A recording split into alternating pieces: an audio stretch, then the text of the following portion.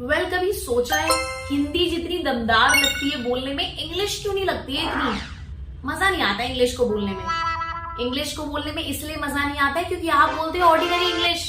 चलिए अब मैं आपको कुछ बेसिक मुहावरे बताती हूँ, बहुत ज्यादा टफ नहीं, जिनको आप यूज कर सकते हैं अपनी डे टू डे लाइफ में to sound like a native speaker. First one is talk of the devil.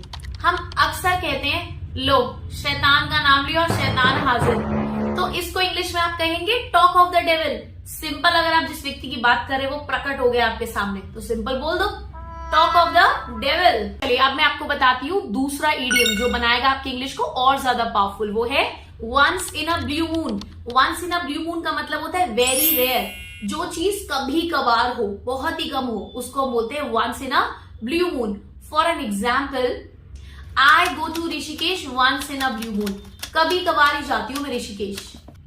You talk sensible once in a blue moon. कभी कभार ही तुम ढंग की काम की बात करते हो, तो कोई भी काम जो कभी कभार होता है उसके लिए आप क्या बोलेंगे? Once in a blue moon. Now the third idiom.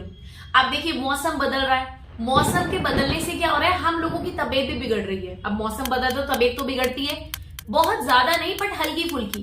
तो जब आपकी हल्की फुल्की तबीयत खराब हो ना, तो ये मत बोलो I am ill, I am not feeling well. इसके लिए एक मुहावरे का इस्तेमाल करो, I am under the weather.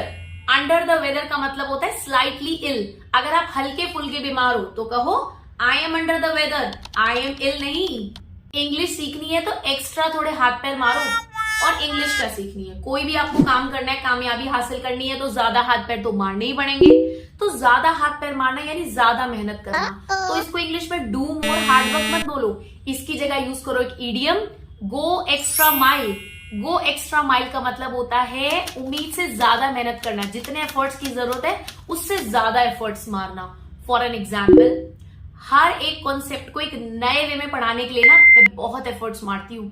I always go extra mile to teach you every concept in a fun way.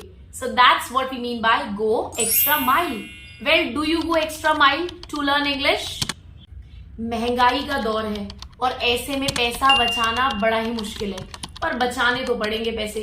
तो पैसे बचाने के लिए सेव मनी मत कहो, बेटर इंग्लिश बोलना है तो कहो कट कॉर्नर। कट कॉर्नर का मतलब होता है save money. For an example, मैं अपनी पढ़ाई के लिए पैसे बचा रही हूं, I am cutting corner for my studies. क्या तुम हर महीने बचत करते हो, पैसे बचाते हो? Do you cut corner every month?